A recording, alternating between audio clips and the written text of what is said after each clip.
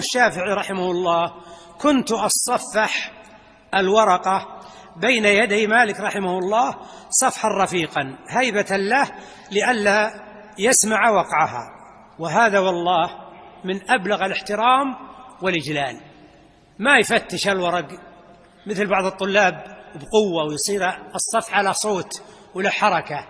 يفتش الصفحة برفق ويتصفحها برفق هيبة للإمام مالك، خشية أنه يسمع صوت الورقة. مع ظهور صوت الورقة ما هو بعيب، لأنه يريد أنه يفتح الصفحة الجديدة اللي انتقل له مثلا المدرس، لكن من باب الاحترام يفعل الشافعي ما ذكر.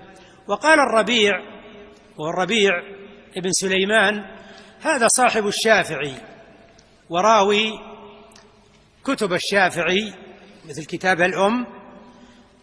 هذا الربيع بن سليمان كانت مهمته الأذان، كان مؤذنا وفي سلامة قلب، عنده سلامة قلب وعنده غفلة، ولكن مع هذا نعم قبل العلماء